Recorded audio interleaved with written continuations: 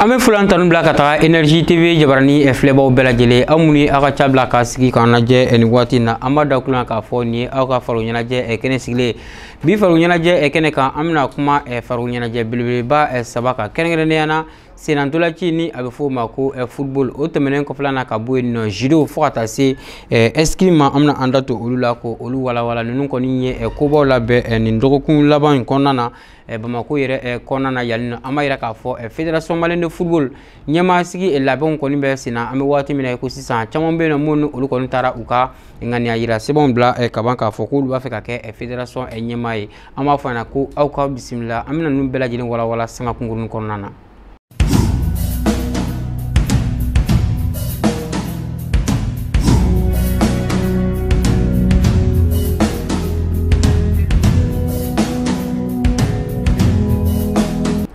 Ina fo bakurba wala anya fo nyana tuwa mina bita amadam ne ni minye uye eskrime ale faru nyana je mini abekeni bamburu jam maube ada nyogona ogum kona na sa amayira ka fo jekulu min sigilen don unga kuyo nyana bolima malikona ni abefama ko fédération malienne d'escrime olu koni journée porte ouverte blebele ba ola be ni to kun laban kona na sibrido ani karido okera yoro mina uye centre olympa africa uye jumenyi ka dayele mawye bela jelen ka don kana laje eskrime beke chuga muna wala sa useka famuya soro ni faru nyana je na kosebe ogum kona na mo chama kona na kunu sendo klona kosebe o mawchela sa amayira ka fo dimsena ka ule kun kacha ani musola ka mun uluna na wala sa useka eskrime yere nyedo chuga muna aku bela jelen ka fédération malienne d'escrime nyama ba alinyana ni uye Abdul Wahab Zurume alikume kene kona na akrefla na aka fédération ma chama kumbe na mun uluna na kana usendo klona kosebe wala sa mamunu ni uluna na kene kona na ko ni famia chama soro eskrime abike chuga muna wala sa aku bela jele kunchele na sa la fédération malienne d'escrime nyama ba Wahab Zurume la ay min fo akuka angaja anko laje 0 1 2 1 2 bien maintenant à faire bon wele kuye ka escrime expliquer ouye ka escrime promotion ke e ka anyefu ye escrime anafa ye min ye demisenu kan o ka akliga ani abiseka fargolo nyana jere konana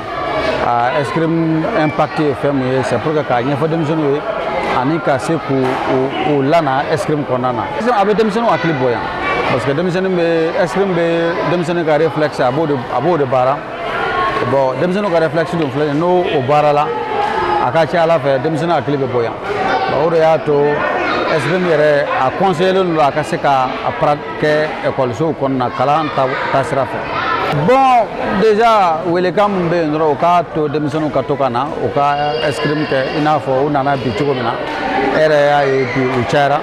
o ka tokana o ka chaya parce que ndalembe fangelena champion d'Afrique ni champion du monde o lo be no demisenu chela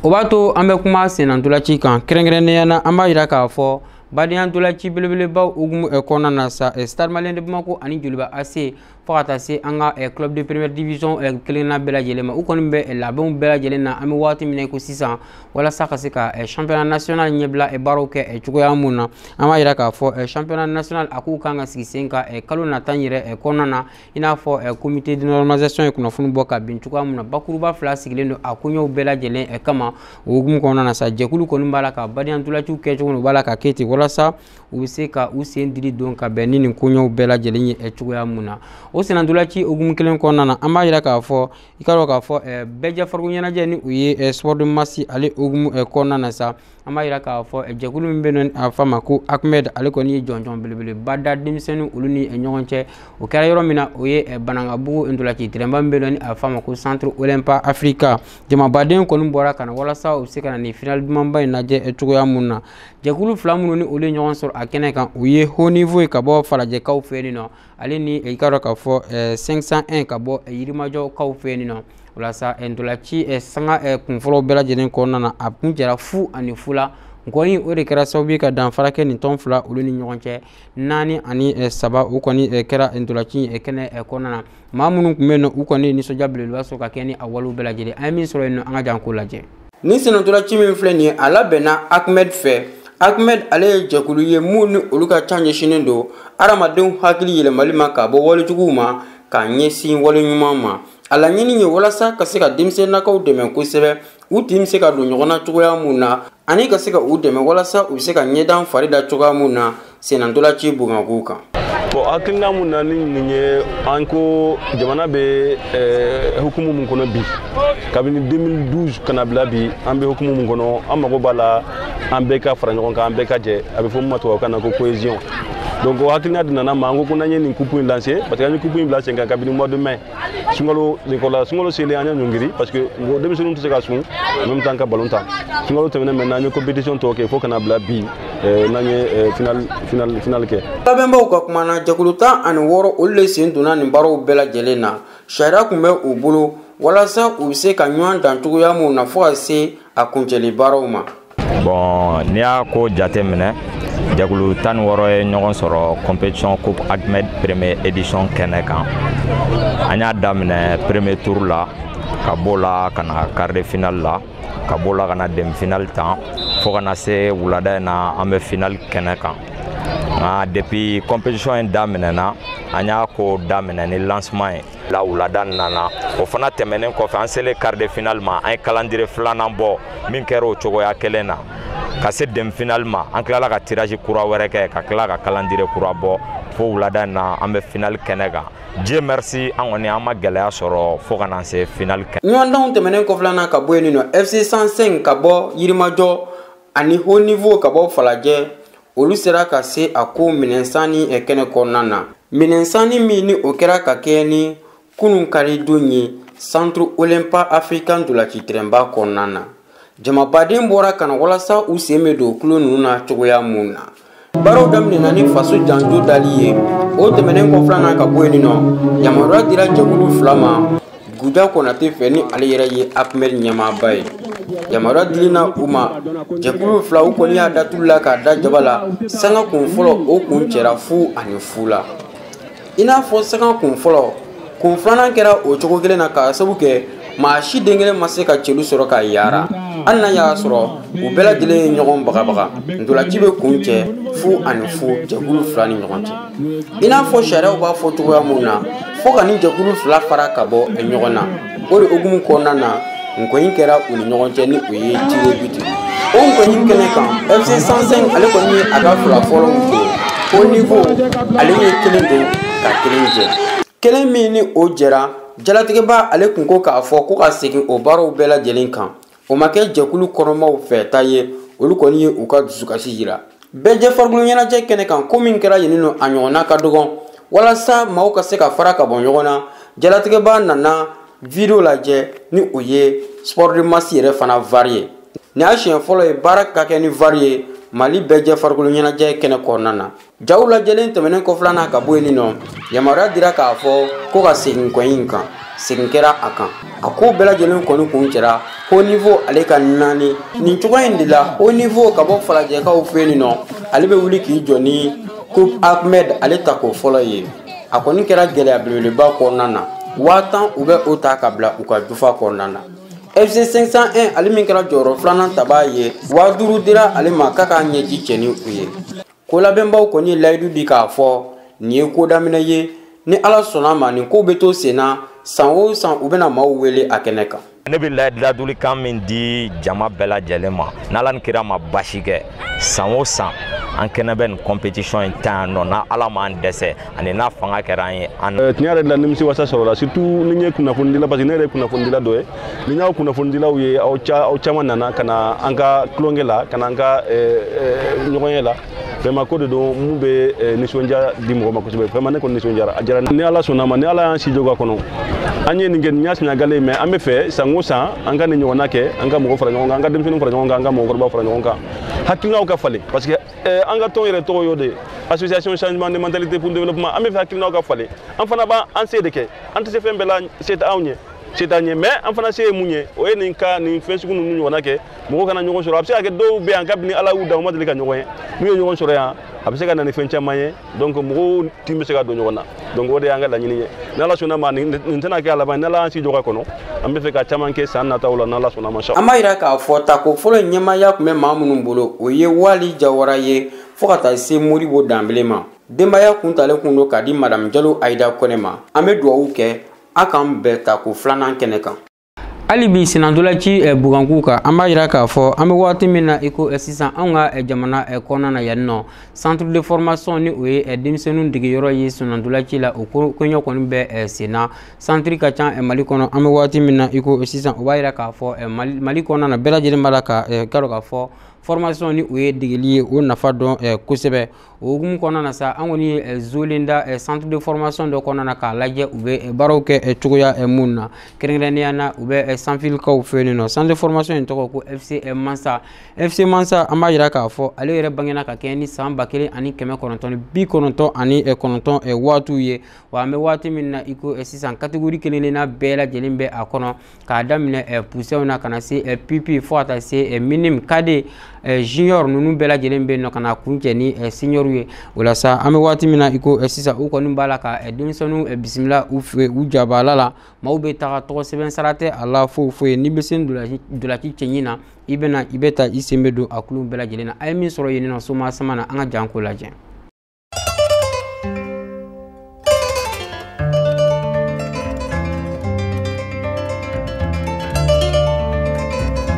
Senantolaci ale ye fɛn ye fɛn min ni a bɛ kɛ Mali kɔnɔna na a mɛnna kabi waati jan centre de formation ni o ye denmisɛnninw degeyɔrɔ ye o cayalen bɛ anw ka jamana kɔnɔna na o centre de formation na FC Mansa bɛ olu cɛ la FC Mansa ni ale yɛrɛ ta k'a lajɛ a ma ɲinɛ denmisɛnninnakaw si kɔ k'a daminɛ PP Benjamin minime kade junior fo ka taa se senior ma. An filɛ nin ye PP ni Benjamin ka degeli yɔrɔ la degeli karamɔgɔ ale bɛ baara belebeleba kɛ u kun don o don walasa u bɛ se ka ntolaci ɲɛdɔn cogoya mun na bɛɛ lajɛlen ni i degecogo don ninnu degecogo fana bɛ a dan na. Bon, c'est avec l'amour du quartier même, nous sommes marano au Aglaé, avec comment dirais-je mes compétences, avec étant un éducateur, donc moi je sais comment me c'est quand nous marachu maintenant. Donc au dessin fait, il y a essayé qu'à oublier que quartier qu'on a, pour que me c'est quand nous mara, ou marali à man mais n'er comportement vous permettez ou bien parce que vous tenez tort. Parce que tous les jours, moi je suis ici de lundi jusqu'au vendredi, donc donc maintenant à toro parce que le fait que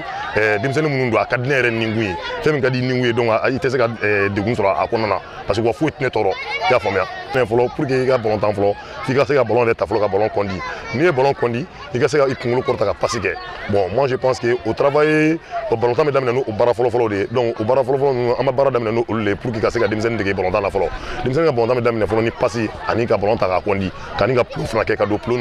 ɲɔgɔn cɛ ka bɔ donc ni denmisɛnnin ser'o la donc i bɛ na n'u ye espace kan i bɛ espace réduit n'u ye donc quand tu es espace réduit, il y a terrain droit. Il y a terrain droit à travers ça maintenant. Ou bien ballon Didi ballon comment dire, ou vous savez que j'ai 3-3, vous savez que j'ai 4-4, vous savez que j'ai 5-5. Donc à travers ça maintenant, vous savez que fin chaman sur là. Donc au delà, bateau, mais vous savez que c'est sur là.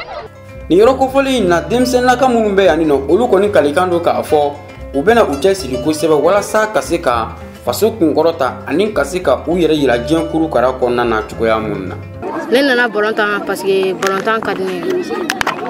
depuis n ka dɔgɔ balontan ka di n ye an bɛ plo la baaraw kɛ an bɛ domination kɛ tuma dɔw la an bɛ to ka jouer fɛn na poto la an bɛ plo la baara ani degan ani contrôle de kɛ ne bɛ fɛ ka kɛ joueur de ye. O bɛ fɛ ka mun kɛ Mali? Ne bɛ fɛ ka balontan kɛ Mali. Donc maintenant il faut que ballon tan jumɛn ɲɔgɔn Messi. Mun na il faut que Messi? Parce que ballon tan ka di n ye. Ni denmisɛn kofɔli minnu filɛ nin ye ni olu kɔrɔbayara u bɛ taa yɔrɔ min na a bɛ f'u ma ko minime an filɛ nin ye u kɔrɔkɛw cɛ la olu fana ka ɲɔgɔn dege kɛnɛ kan baara bɛ kɛ cɛsiri ani bonya ni karama kɔnɔna na minime mana kɔrɔbaya taga yɔrɔ min bɛ yira u la o ye kade ani junior ye nin ka di ni junior minnu filɛ nin ye olu fana ka kalansen ni denmisɛnninw taw tɛ kelen ye kalansen wɛrɛ bɛ kɛ olu kun k'a sabu kɛ olu ɲɛnatigɛlen don ntolaci nasili fɛɛrɛw olu bɛ u ko bɛɛ lajɛlen dɔn o hukumu kɔnɔna na o kalan bɛ kɛ u kun. Baara dɔw bɛ yen n'i y'a kɛ denmisɛnnin fitininw kun k'a sɔrɔ mɔgɔkɔrɔbaw ka baara da a bɛ se k'u ka croissance jɔ i n'a fɔ an y'a kalan cogo min na formation na olu ka baara taabolo ye ballon tanni de n'an b'a f'u ma technique donc olu ka baara ye ballon tan dɔrɔn de boli ma ye olu ma olu ka boli bɛ kɛ hali ni ballon de fɛnɛ ye an y'a kalan cogo min na fɛnɛ denmisɛnnin fitinin ninnu ni anw yɛrɛ ka dɛsɛ yɛrɛ tɛ dɔɔni an yɛrɛ fɛ yan olu bɛɛ kelen-kelenna n'a ka ballon de kan ka kɛ u kan ka baara kɛ ni ballon de ye suko u kan ka baara kɛ ni ballon ye dugujɛ donc baara wɛrɛ foyi t'o la ni ballon tan tɛ olu ka baara cogoya yɛrɛ kɔni ye ballon tanni de a ye na a ye ballon tan bon tactique de jeu physique ninnu o ye kɔrɔbalenw ka niveau ye an ye mun kalan fitinin ninnu kɔni minimum ni cadet niveau la ka na o ye ballon tanni de bon pour que minimum ni cadet ka na u bɛ se ka tɛmɛ centre de fɛ fɔlɔ fo diyagoya fo ka tɛmɛ centre fɛ mais anw fɛ yan i b'a ye généralement centre commencera ka caya carré kɔnɔnaw la sisan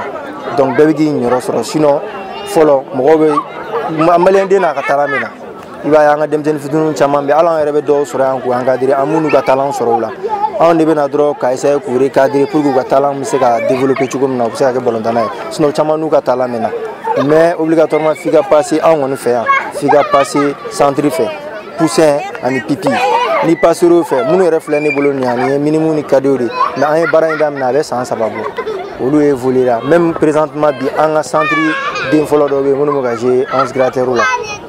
minnu bɛ ka jouer COB la première division na donc i bɛ passer centre fɛ ka sɔrɔ ka minimum ni cadet accéder.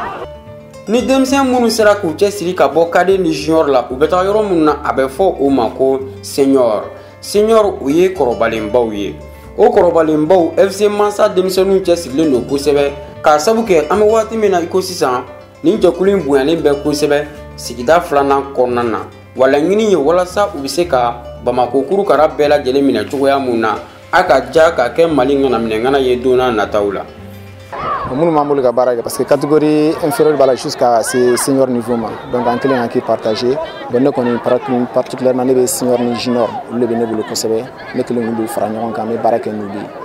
mais e ka senior ninnu u bɛ bɔ yɔrɔ jumɛn ka na yala u bɛ bɔ dugu kɔnɔ ka na walima centre denmisɛnninw yɛlɛnnen de don. bon ne ka centre denmisɛnnin yɛlɛnnen b'a la dugu kɔnɔ joueur damadɔni fana b'a la. mais aw ka laɲini yɛrɛ ye jumɛn e nalen n'a tɔn ta ɲɛmɔgɔw ye laɲini jumɛn d'i ma k'a fɔ k'i ka o kɛ. laɲini kɔni m'an fɛ équipe ko in na an bɛɛ lajɛlen miirina ye kelen c'est pour que équipe bɛ se ka avancer cogo min na ka yɛlɛ ka bɔ duguma ka sanfɛla sɔrɔ an b'o de ɲinina bi an bɛɛ ka lajɛli o de fana bon j'espère que a bɛ ka taa dɔɔni fana parce que kunna bɛ cogo min na ni bi an bɛ cogo min na kelen tɛ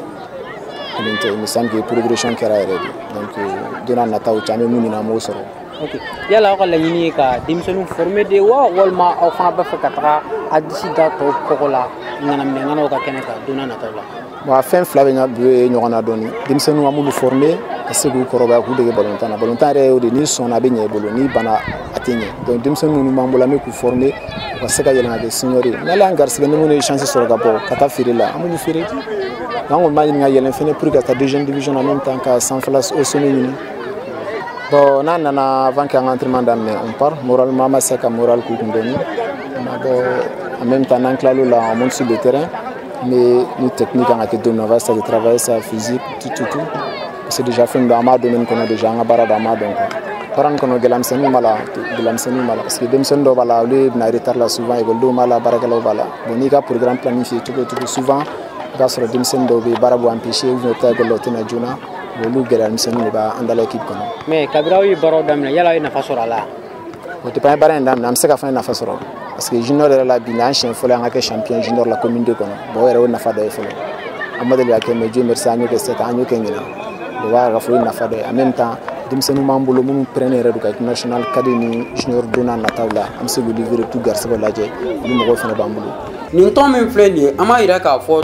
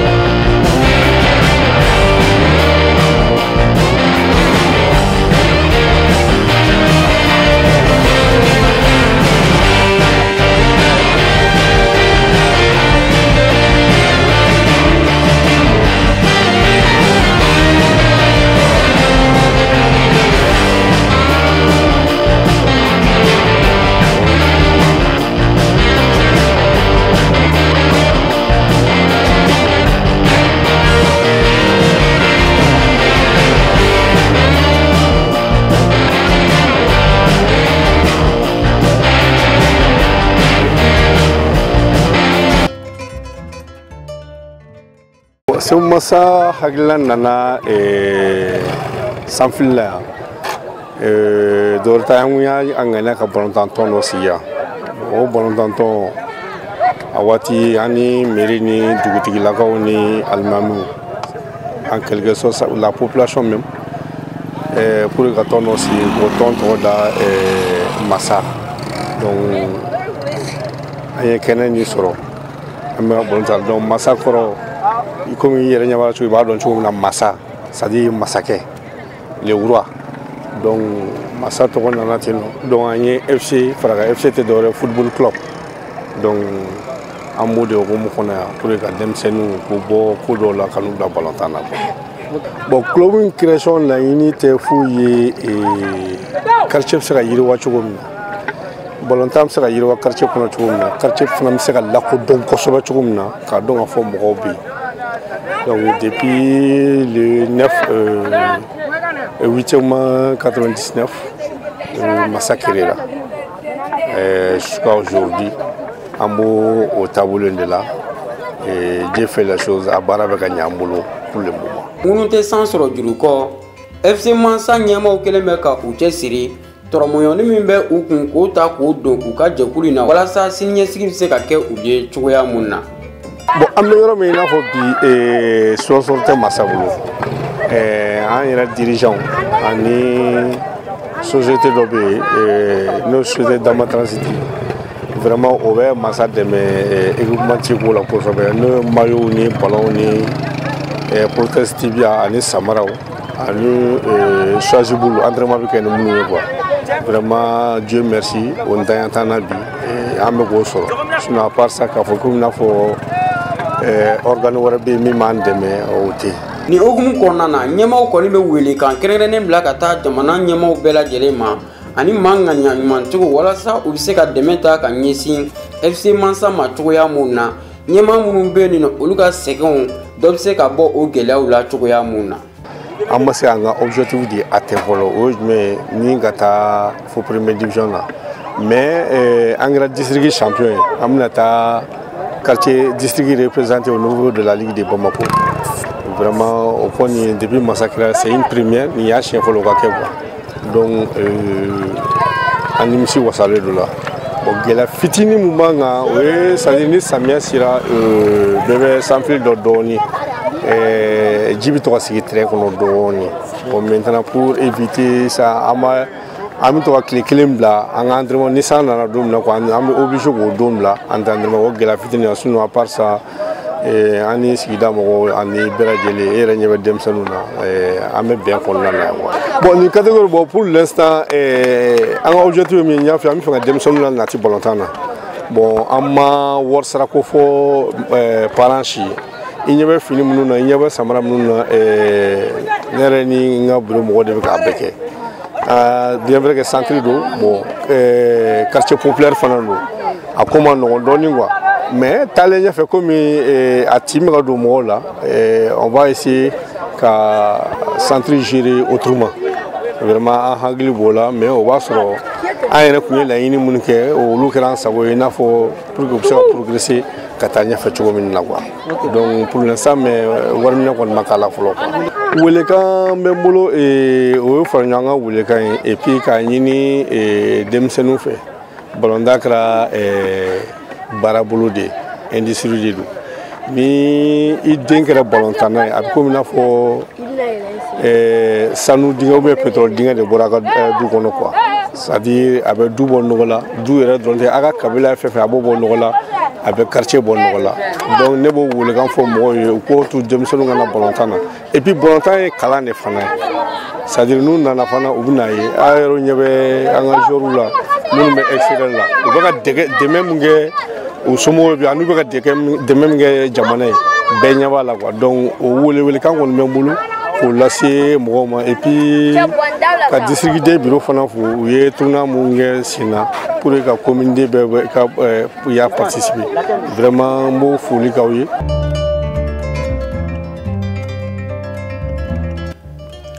an bɛ min da nin bɛɛ lajɛlen kan FC Masa ale kɔni ye jɛkulu ye jɛkulu min ni denmisɛnninw tɛ wari sara ka u tɔgɔ sɛbɛn a la kalo sara tɛ a la fana denmisɛnninw ni olu bɛ sen ntolanci la olu de bɛna nin yɔrɔ kofɔlen na walasa u bɛ se ka kunkɔrɔta sɔrɔ cogoya mun na nin jɛkulu kofɔlen min filɛ nin u bɛ u ka baaraw bɛɛ lajɛlen kɛ sans fil kɔnɔna na wa maaw b'a la ka na cogoya min na u b'a la ka na ten walasa ka se k'u dege ntolanci cɛɲi na.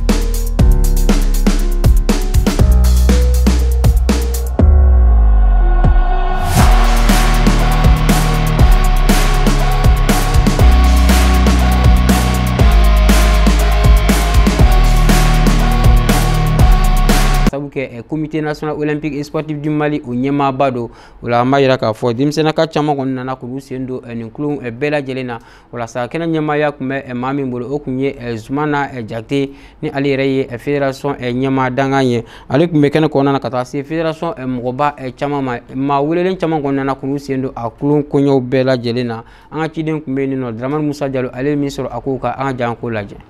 Bon, an ye coupe in da ka tɔgɔ da Habib la parce que comité olympique de an ka sponsor est Malitel à travers le comité olympique. Donc Habib non seulement c'est il a été président du judo dans le temps et il fait partie de nos présidents d'honneur président d'honneur de Fana de Alsa. Donc il fait partie de la famille du judo. Donc coupe in dara la Odekama. Et nya fu to mina to kana réellement animisi wasara bi wulaina compétition na parce que anya e dimson do nana bi ka ko do ke an sécurité ni muni ka fo sur le plan sport ka fo ko bi se ko luke donc surprise chama bora là et en tant que technicien et en même temps en tant que président du judo je suis réellement comblé nimisi wasara ni compétition na ko sobe donc on va faire ça au coup Chessiri de benani ni résultat humain ni parce que jusqu'à présent anya ye u bora Ouagadougou odo ye résultat humain do soro alsa am mogo be champion d'Afrique do de là parce que depuis Lamine Touré temena alsa am champion d'Afrique soro am kele odi no fait alsa avant ça man do wi et am bara la alsa merci beaucoup chennaja ay bo abe wole munda dem sanu akada dem sanu mana u bana comme en koro dana wor dola akada ranga temenga donc na amo sego yen soro akada ala ka to ando num fana ka yen soro foka temola donc ame wole munda an sa famo fana wu akli to ana wu ta na bora ko fa chaque fois ba soro ko fa mo ba nyen doni parce que dora entraînement ngoko amana don nga re so ma tugu tu ata aboy na fo munum be ya kama matin et soir donc en tant que soir de fangabo so ma da ya re individuel nous sera ka ambla ko sona na matin et soir de ka nyama re nala sono an be jabi mo soro katme ko fa mo fene ka parce que anya bala boursu mo bolo mais am tam kla ko boursu tu nya quoi o ya barate fo ya ko donc amun ma ke ko donc amo anyini nyam ko fe ko akito na orna ni ne kɛra aw kulo ni aw ɲɛ garisɛgɛ ye bi farikolo ɲɛnajɛ kɛnɛ kan min ni an b'a kuncɛ ni dusumangoya ye k'a sabu kɛ an b'a yira k'a fɔ an cakɛɲɔgɔn dɔ bɛ yen nɔ ni o ye Saka Jara ye ni a tun bɛ cakɛ arajo yelen na k'an dabama ka wele sera a ma o la sa an bɛ dugawu kɛ ala ka a dayɔrɔ suma ala ka yen kusa ma ni yaye diɲɛ bɛ tan de bila an ye an b'i kɔ o la sa an bɛ dugawu kɛ ala k'an bɛɛ lajɛlen ɲɛ yan'an ta don cɛ salamu alaikum warahmatulahi taala wabarakatuh.